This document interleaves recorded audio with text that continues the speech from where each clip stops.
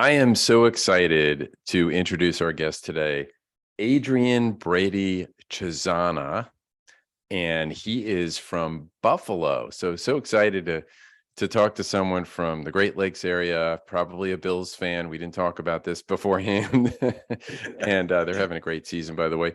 And also a CX person, so CX professional who also has a podcast. I am so excited. This will be a fun time together. We're going to talk a little bit about some things we haven't talked about on the Delighted Customers podcast show because Adrian brings that to us with his background, and that is we're going to talk a little bit about what customer success and what that means and how it relates to customer experience, and they are two different things, and also a little bit about SaaS and all that's happening with software as a service. As it also interweaves with the customer experience. So very excited. Adrian, welcome to the show. Mark, thank you so much for having me, man. I'm super excited to be here today. Excellent. Well, if you don't mind, bring our audience up to speed as to your background, number one, and two, how you got involved in the world of customer experience. Absolutely. So I'll give you the quick elevator pitch so that we can kind of jump right into our conversation. But for me, Mark, it was interesting. So I definitely grew up working primarily at startups, venture capital backed startups, and I spent a lot of time building different companies, building different teams. Definitely spending a ton of time in the trenches thinking about how do you build out a team? What type of tools need to go into a tech stack? How do you build process around this stuff? Right? How do you build playbooks and knowledge base? And how do you share tribal knowledge as you're building and scaling a business? And then I spent a lot of time thinking about feedback, Mark. So especially as I got deeper and deeper into my career and I spent more time with different companies, different executive leadership teams, and different customer bases, thinking about how do you get really good at understanding what the voice of the customer is telling you or what the drumbeat or the pulse of the customers, and then doing the same thing on the EX side, Mark, too. So thinking about your voice of employee, because typically your employees have a ton of ideas. They know where all the consternation points lie. And oftentimes they already know where some of the biggest areas are for opportunity. And I spent about 10 years in New York City, Mark, working at a plethora of different venture capital backed startups. So I got to spend time at one of the country's fastest growing floral subscription companies, a company called H.Bloom. We were trying to take over the world of on-demand floral, primarily working with B2B businesses, Mark. So think when you're in New York City or Washington, D.C. or Chicago or San Francisco, and you walk into these beautiful hotels and restaurants and maybe even lobbies of large property management groups, we were doing weekly floral subscriptions for these people. We were also doing delivery to people's homes. And so I got to kind of cut my teeth in the world of CX right there, where I was working with our customers. I was working with our floral designers, our floral delivery drivers. And it was kind of my first opportunity, sort of general managing the New York City flagship market, where I got to like touch almost a part of every piece of the customer journey, right? So I got addicted there. I spent time working at a white glove Airbnb company called onefinestay based out of London. Essentially, when Airbnb started planting its flag across the world, Mark, OFS went straight to the top of the market, and we built a portfolio for folks that were in a very comfortable position. Our average bookings were around $10,000 for 4 nights. So some of these places were really beautiful. These were townhouses and brownstones and luxury rental suites in places like Manhattan and London and Paris and Los Angeles. So there's some really beautiful homes, some of those beautiful homes that I've ever seen in my life. And we met some really interesting people that were the hosts and the guests there. We'd have folks that were English Premier League soccer players, and we'd have actors and actresses and musicians and business executives from all over the world. So it's a really, really fun experience there, working with kind of thinking about how to build a customer experience and how to build a customer success unit to support that type of a business. Then it took a totally different path. Spent time at a home healthcare technology company in the Flatiron district of Manhattan called Hometeam. And we were trying to create beautiful days for older adults. And we were doing that by building technology for both our caregivers, the people that were taking care of grandma and grandpa and mom and dad. And then we were also building this incredible care navigation support team, people that were going to help family members who were going through that aging experience so that they understood sort of what was going on every single day and what were some of the things that were happening with care and how there could be areas of improvement. And then what brought me back to Buffalo, as you mentioned. Guys, I was just telling Mark today before jumping into the show, I'm literally looking at snow coming down in droves in Buffalo. So it's November 16th and we're already seeing it. But I came back to Buffalo because I had an opportunity to work for our sole unicorn here at Buffalo, a company called ACV Auctions. And ACV built an incredible marketplace for auto dealers across North America to be able to buy and sell cars. And I had the pleasure of working with the executive leadership team for 2 years, really, again, thinking about what our customer experience and our customer success roadmap was going to look like. For the last couple of years, Mark, I've been focused on building my company, CX Chronicles. We created CXE after years of being practitioners ourselves. So I kind of laid that story for our listeners so they understand. I had the pleasure of working in a bunch of different businesses, bunch of different industries, different executive teams too, because this is a big part of CX and CS, guys, is like, depending on what your executive leadership team is focused on, both from an organizational goals perspective and certainly from a financial operations perspective, you're going to get a whole bunch of different paths coming from your CX and your CS future, depending on that. And really, we experienced the firsthand challenges and opportunities, how hard it is to build a world-class dynamite CX customer success and revenue operations team for a growing business, right? This is not an easy space. It's highly complex. You work with almost everybody in the business. And realistically, what we're doing today is we're providing fractional CXO managed services. We work with teams all across North America, helping them thinking about how they can optimize the 4 CX pillars. And as you mentioned, we got the CX Chronicles podcast, where every single week, just like you, Mark, we have awesome customer-focused business leaders coming on the show and talking about how they've kind of tackled the 4 CX pillars in their own careers. And guys, we're gonna have Mark coming on real soon, so we're excited to have Mr. Slayton coming on and sharing his story. But that's a high level, man, to set the stage. Well, thanks so much for setting the stage, Adrian. I just wish we could get you a little more passionate and energetic in your intro. Hey man, I'm already on 2 cups of coffee for the day. I'm gonna have to get that blend. I'll send it to you. It's Folgers. Wow. Okay, that was really interesting. Let me just launch off of something you said, which was the different kinds of CX CEOs and leadership, and how to respond to those different kinds of leaders. And the first kind of leader that I would love for you to share your thoughts about is the CEO who currently doesn't have a CX discipline built in, and they don't know what they don't know. So sure. I would say, what would you tell that person as to what would be the benefit of getting a discipline around customer experience for their organization? Okay, so I love that question, Mark. I think, over all these years and really kind of being able to have the chance to work across all different aspects of customer experience and customer success, the reason why we spend so much time talking about the 4 CX pillars of team, tools, process, and feedback at CXE is because customer experience and customer success is a function. It's super complex. It typically overarches or it's expanded across the entire customer journey. So from like the minute somebody becomes aware of the fact that your business or your product or your service even exists out there in the ether, all the way to loyalty and retention. And obviously in the middle, there's a lot of other steps across every single customer journey and every customer pipeline, right? You have to become aware of something before you can consider it. And before you convert or buy it, you need to understand what other players are out there. And then once you decide to convert and you buy it, then you got to think about onboarding, right? You got to have the first, whether it's 30, 60, 90, maybe even 12 months to understand how that product or how that service or how that thing is going to provide value in your life. And then after that, once you're up and running, right, it's all about account management and loyalty. And how do you keep that person for the long haul so that you can not only increase lifetime value, but create an army of promoters out there in the world who literally do some of your marketing for you, and they go and get some of your future clients for you, or they help maybe even some of your existing clients stay because they've already validated and vetted the fact that you are one of the best solutions in that space.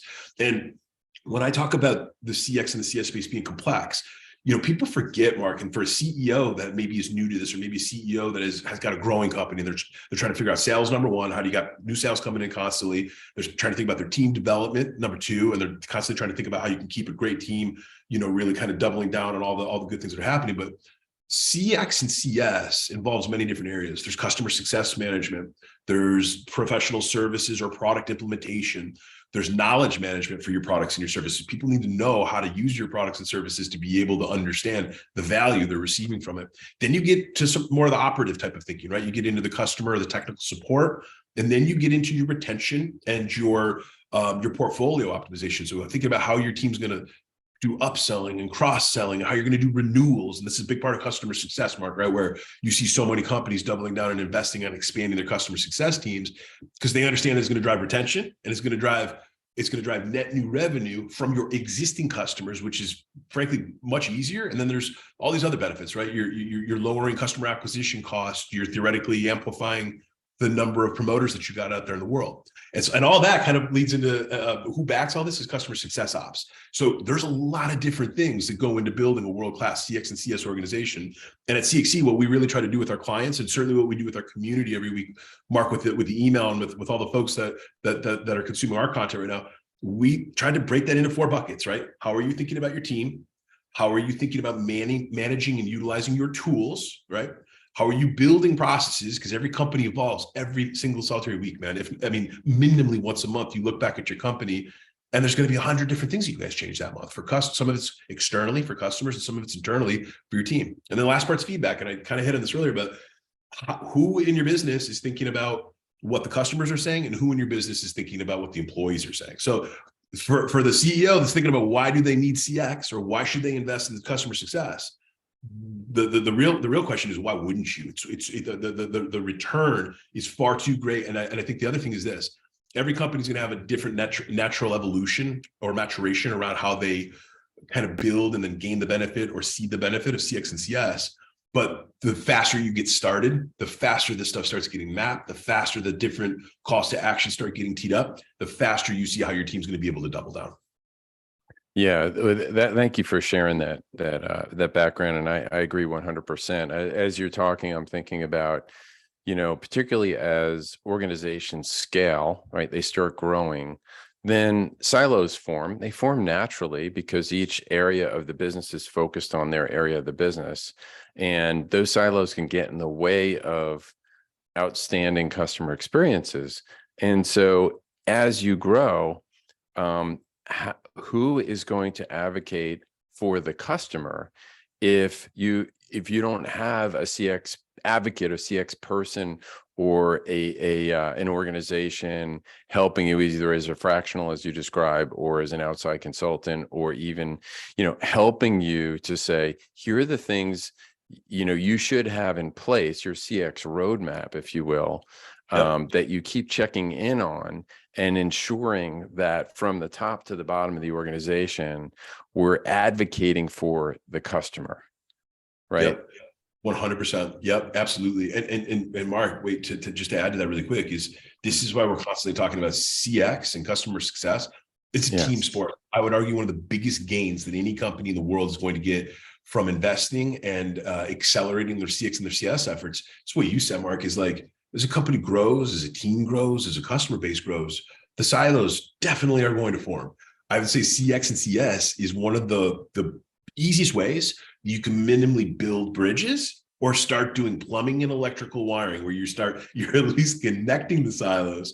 And there's a number of different ways you can do this, right? Like for a really advanced, mature, successful customer experience team inside of a large business, they're probably already running voice of customer task force, or they're probably already doing weekly, bi-weekly, minimally monthly report out views for all the silos. So you can see strategic, specific calls to action, whether you're sales, or whether you're marketing, or whether you're finance. And again, it's the easiest way that you remind everyone in your business how, even if they're not customer facing, and even if they don't think they're a part of the customer experience, they are. Once you start to map this stuff, and once you start to build customer journeys, and you see the blueprint around all the different facets of your customer journey, you immediately start to see where every single person on your team, whether you're a 100-person company or whether you're a 100,000-person company, you immediately start to see where people have an impact. And then you can start to think about areas of accountability, responsibility, and authority. And that's where you really start to give people an opportunity to come around the customer experience, come around the customer journey, and work together to build that customer success. Yeah, I really like what you said about the journey, about the importance of mapping the journey. And a lot of people, a number of people aren't familiar, may not be familiar with what a journey map is, but it's just simply looking at the journey that a customer goes through their lens rather than the company's lens. And when you do that, of course, then you're having to get out of your silos and think Yeah, about it from the customer's lens. And so one big of the time. most, I mean, you start to make improvements, right, on the business process side once you learn where the hot points or the pain points and quite frankly the opportunities are. Big time. Um, you know, you can do that. But what you described is something that is a benefit that is often like a hidden benefit, which is people start to see their role, they connect the dots, all right, how it all fits together, and they begin to see things beyond just their own silo, and they can see things from the customer's lens. And I would argue, going back to what you said about the employee experience, that is a huge lift for their own employee experience, is seeing how the dots get connected. Would you agree? 100%. I think you just nailed it, Mark. One of the biggest side benefits of investing in CX and CS, back to your CEO question, it's Yeah. the EX gain that comes from it. Because again, you're right. Whether you're a small company and you just got your first customer experience manager on board, or maybe you just made your first CSM hire, your first customer success manager hire, from that day forward, you have a guy or a gal inside of the business who is thinking about how you can triangulate knowledge, how you can start building bridges. You probably start getting more meetings called, which I know everyone's got enough meetings on their plate, but like these are fun meetings because then you're starting to bring multiple subject matter experts around a table. You're talking about brass tax matters. You're having obviously sometimes friendly and heated banter around what's real and not real. I can't tell you how many times we've done customer journey mapping for our clients, Mark, where the chief revenue officer has a wildly different view of what's happening in the world versus everybody else at the table. And I'm not hating on our friends in sales. We need them because a business wouldn't be a business without blood coming through it, right? Right. But you start to see different people say, hey, wait, no, you just said we have 10 sales assets for onboarding. No, we don't have one. There's not one. We've been asking for that for 6 months. We need help with it. So then you start to do, it's almost like team training. You start to immediately identify calls to action.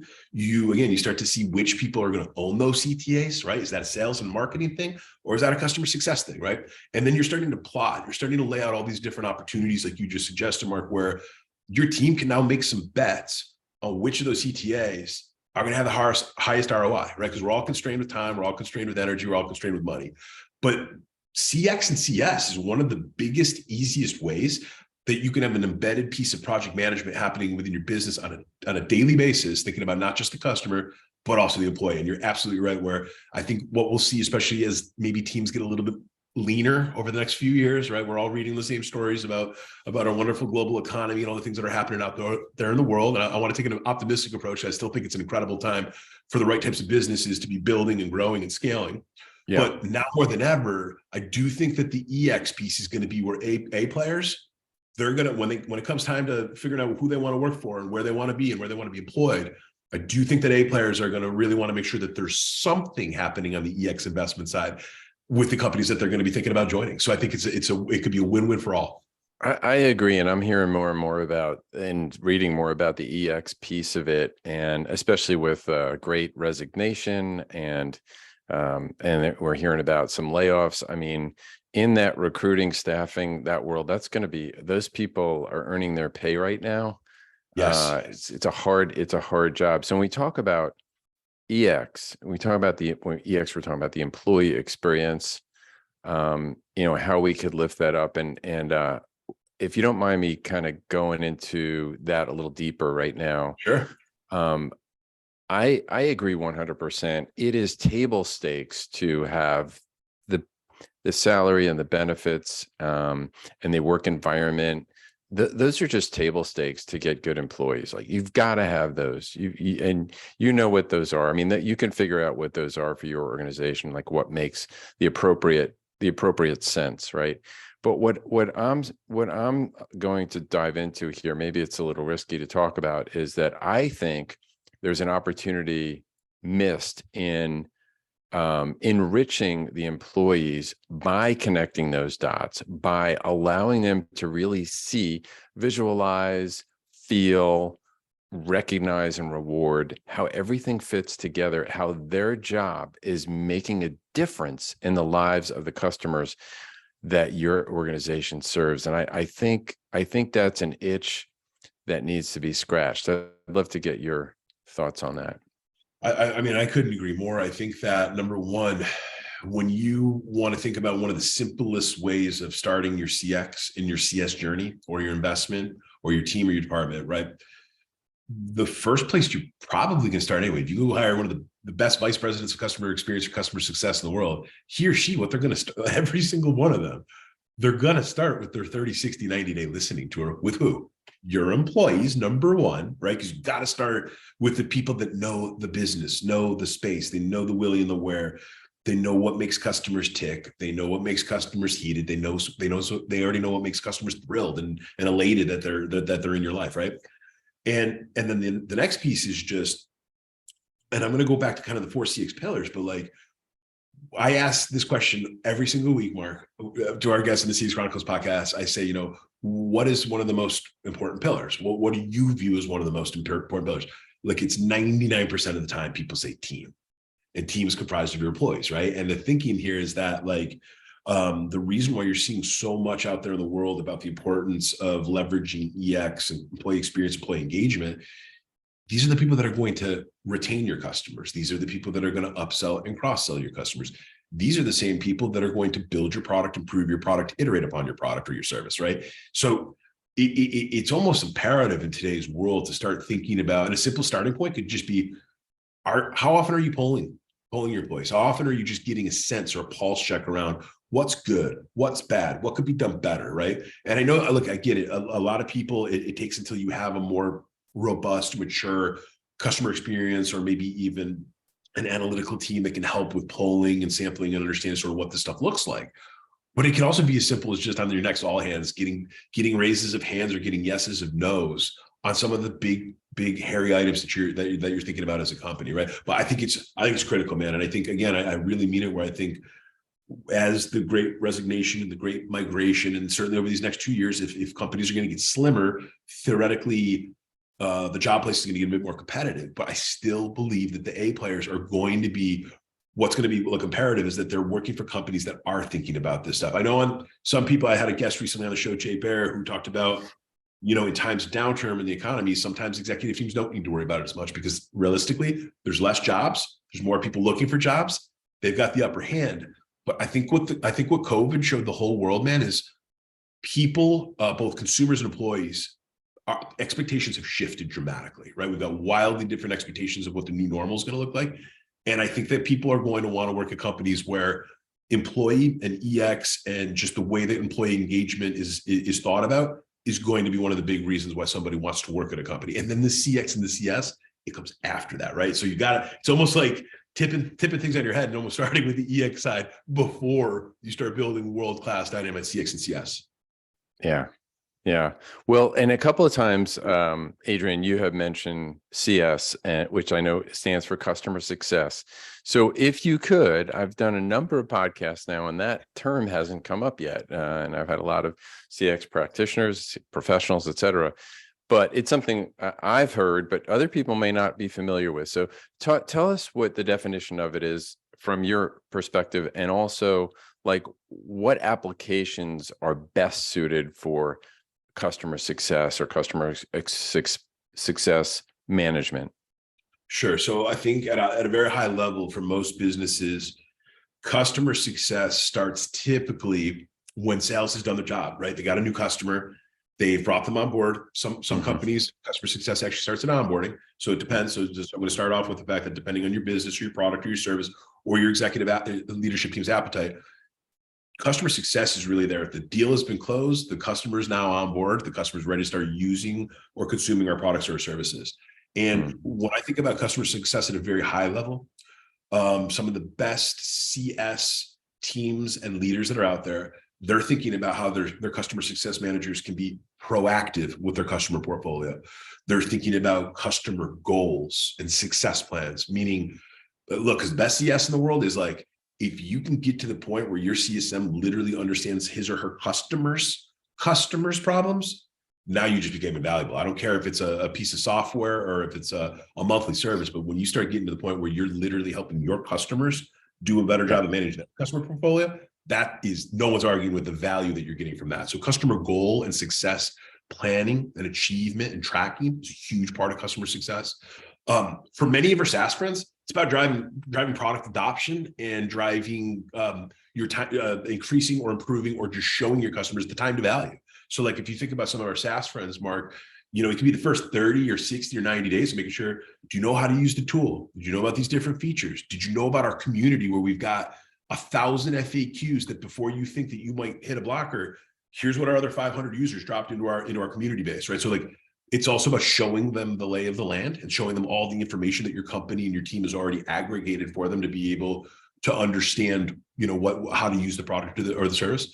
The other big piece about customer success, I think this is where you're going to see big shift. And I might be a little bit ahead on this, so it'll be interesting to see what people think about this. But, I talk about all the time in CXC how CX and CS is modern selling, because the other big thing that you're seeing with customer success teams is they're taking over a bit more of the revenue responsibility than ever before, right? So they're focused on not just retention and churn mitigation. So if you've got 100 customers bringing in $1 million a year, many customer success teams are thinking about, hey, Mark, how can you take that $1 million, retain 99% of it, if not more, right? If you're talking about having a positive net revenue retention rate.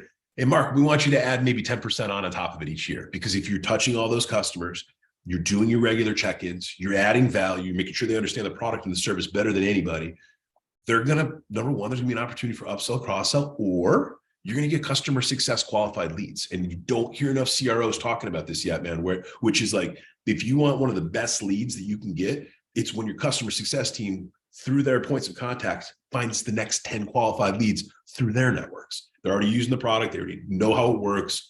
They already know who's going to be qualified, or who's your optimal ICP, right? Your ideal customer profile. Once your customer success team starts yanking out 100 customer success qualified leads per month, you just got 1,200 at bats that are definitely going to have a higher conversion rate, a lower CAC rate. You got people who are probably primed and ready to go a little bit earlier. So you're probably going to shrink your onboarding time, or you're going to shrink your onboarding efforts. And then the last piece of this, man, for customer success, I still think some of the best customer success teams and leaders out there in the world, they're still doing the stuff that we just were talking about a second ago. They're doing cross-team support, cross-team collaboration, and cross-team travel knowledge with everybody, all the other owners of the customer journey map. So they're still bringing all the good stuff from your customer portfolio and kicking it back to sales, saying, hey, man, these 20% of our accounts, I know we thought maybe a year ago that these were ICPs. They're not anymore. They're hard to serve. We can't meet expectations. There's challenges or issues, et cetera. Product is the biggest one. I think what I love about some of the things that I hear from our guests on the CX Chronicles podcast, if your customer success and your product isn't like right next to each other and arguably best friends within your organization or within your leadership team, you definitely have a problem on your hands, because like customer success needs to be feeding product a regular cadence of opportunities that your customers and your users are talking about. And now I'm not saying all of it's going to be built, Mark. I'm not saying that at all. It's probably going to be Pareto. You're probably going to get 20% of the things that are coming in from your customers are going to give you 80% of the results that you can really invest in and think about with your product side. But those are some like high level ideas around sort of how I kind of think about customer success in today's world. Yeah, well, it makes sense. I mean, for a couple of reasons to me is talk about a way to enhance the customer experience is to have a person or a team there to advocate for the customer. And I love what you said about understanding what the customer's goals are, not the company's goals. We know what those are, right? But what's the customer's goals? Because every customer is different. I mean, Definitely. there's some similarities, but there's some difference. And you talked about this word adoption, right? So in the world of SaaS, especially, when you could sell a program that has a whole bunch of licenses, but if it doesn't get adopted, ultimately, number one is you might not make enough sales because the licenses aren't getting used, or two is it will just fizzle out. So if you've got someone focused on listening to what the customers need and what their pain points are, and this is true. Well, it's true for some service or products more than others, is the onboarding experience can have an incredible impact on the success of, well, a couple of things. It can have an effect on the ultimate success or non-success of the product or service you're selling. Yep. And two is it can do the thing that I try and focus on my business, which is turning indifferent customers into loyal fans. 100%. Yep. Right. Yep. So that success is sort of like the human duct tape, between the customer, starting and then being successful. Yeah, absolutely. And I think what you just made me think about there, Mark, too, is there's a number of different ways you can build a customer success team. And obviously, I think every business and every industry and every executive team will again have their fingerprints on that. But one thing that you just said right there that you are spot on about is, this is why so many modern SaaS CS teams are building in pods, because what you just said, where theoretically, if you could bring the guy or the gal who's really great at just managing and wrangling the 100 customers, but then you bring in maybe like an information or a solution architect who understands technology and understands the product at a much deeper level. And then maybe you bring in the salesperson or the RevOps person who's thinking about growth, future demand, future customer acquisition, the next people in line, right?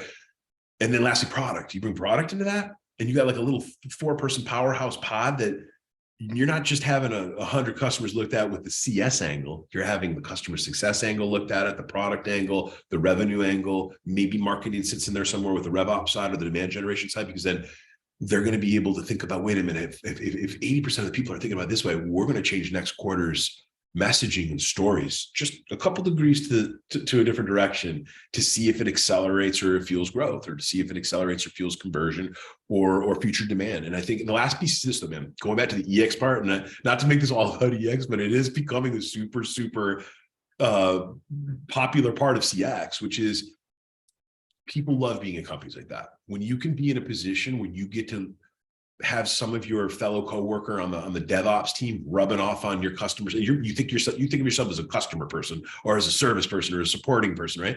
But then you start to learn about how somebody who thinks about it from a DevOps perspective or a technical perspective, where you get more time with the salesperson who's excellent at dragging them right up to the finish line. Then you get better at thinking about loading your lips and thinking about how to have difficult conversations, how to have qualifying, have conversations, how to have expectation reset conversations.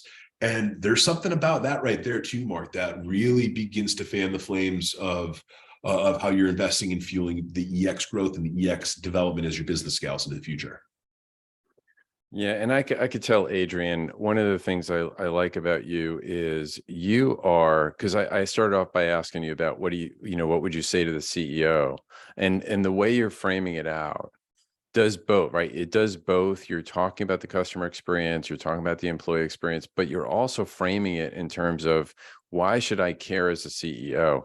So everything you're talking about in terms of increasing retention rates, increasing adoption rates, increasing share of wallet, Totally. Absolutely. increasing. And what you didn't talk about was customer forgiveness. When they're happy, they're more likely to forgive. Yes, right? for sure. When you mess up. Good, great point. And just being listened to, right, Mark? Having customers that at least have the ability to know that they're at least being listened to. And maybe the idea is just being filtered, processed, and received.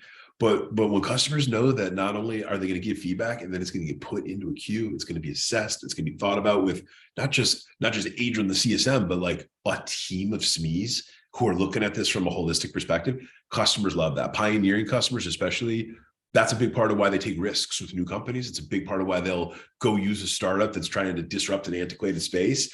And that's part of why you see some of these companies or some of these unicorns go from an idea in someone's head to $1 billion capitalized business in 5 or 6 or 7 years, because these companies are just accelerating the hell out of the feedback cycle with both their customers and their employees. And that's how they're able to drive massive change and massive innovation in such a short period of time.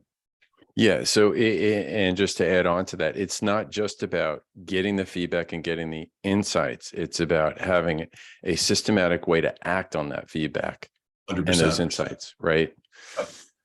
Well, let me just say, this has been really action-packed, and I can't believe it's already that time we need to land the plane. But I just appreciate, Adrian, the unique background that you have. And I love the stories about New York City and getting your chops in Manhattan and around there, and learning from the VCs, because, feet to the fire all the time. Got to get results. The way you hear Adrian talk, he has firsthand knowledge of just really having to get results and talk the language of the CEO. And I love that.